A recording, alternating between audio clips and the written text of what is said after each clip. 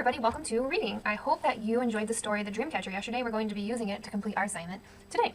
This week, our comprehension strategy is story structure, or the elements of a story. It's important to understand the different parts of a story to understand what's going on. And these are things that should be reviewed this year, so it should be a really quick, somewhat straightforward lesson. So the elements of the story, there are three main parts of a story. We have the beginning of the story. This triangle is going to represent the beginning of the story. We have the middle of the story. The first square is going to represent the middle of the story. And then we have the end of the story. Making sense so far?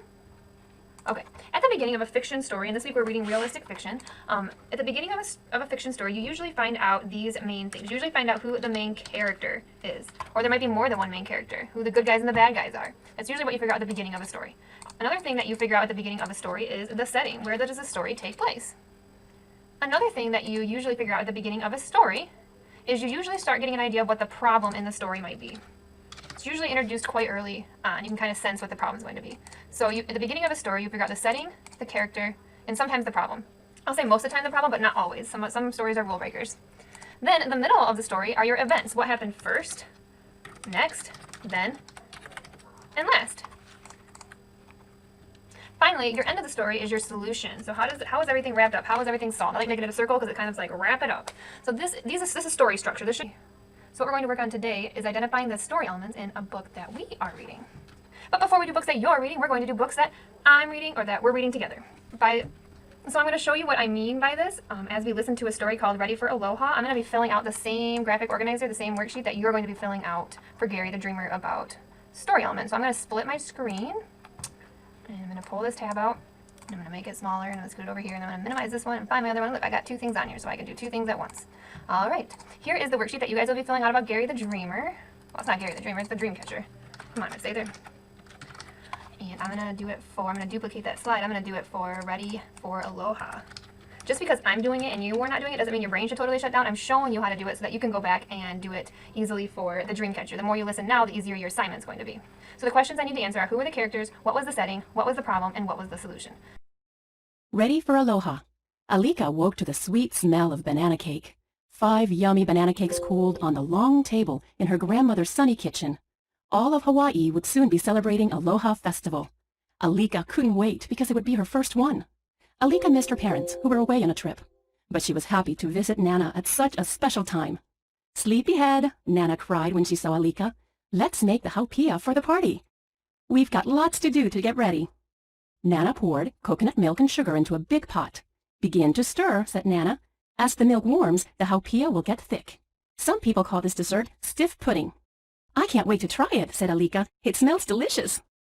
"Tonight we'll celebrate with our friends and share these delicious treats at the street party," said Nana. Alika stacked pineapple, melons, strawberries, and mangoes on a long tray. As night began to fall, 2 neighbors came to Nana's and carried her long table outside. The night twinkled with lanterns. Someone placed a lei around Alika's neck.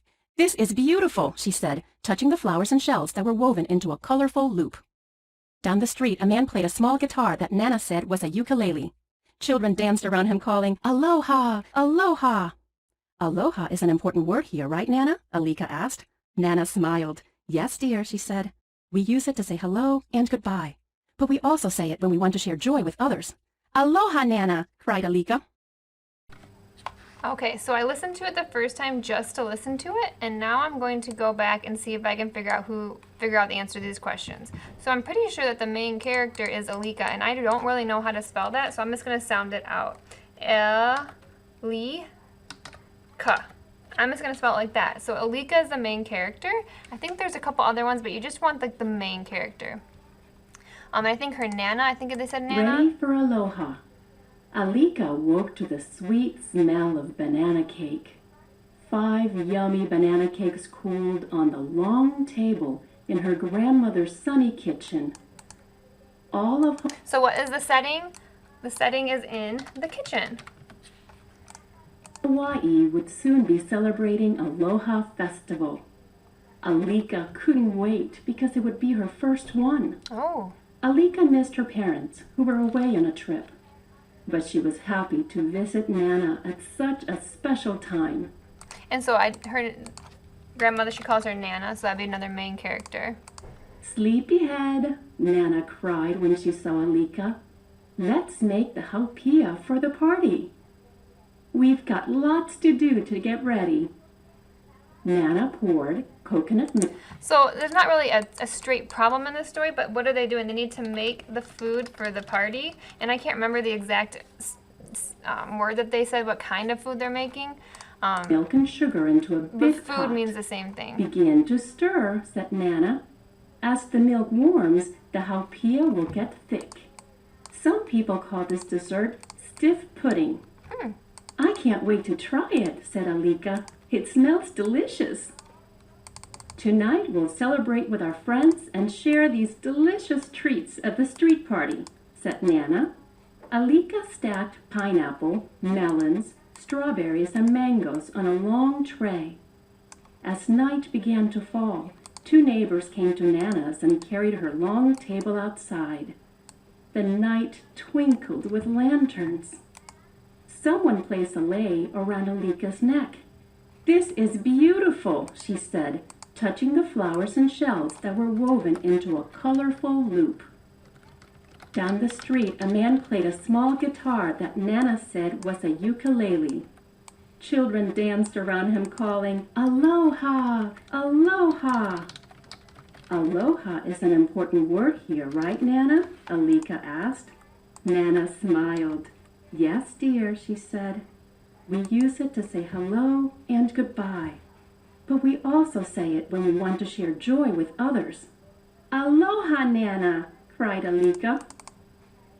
So then the solution is, and so it's not like a problem, like something's going wrong, but just like what's going on in the story. They're making the food for the party. They worked all day. So the solution was they worked all day and got the food ready. Food ready for the party. They had a great time. So then I would be done with my graphic organizer, my assignment for today. What you are going to do now is you are going to go and you're going to go back to the same story that you read yesterday. You can do it online on Connect Ed, or it's in your Little Wonders book, the little orange one on page 39, if you'd like to have the book in your hand. And what I want to know are who are the main characters, what was the setting, so where did the story take place? It might have taken place more than one place, but where was like the main action going on? What's the problem in the story? So what's going wrong or what's happening in the story? And then finally, what was the solution? When you're done with that, you are done with a reading for today. Great job.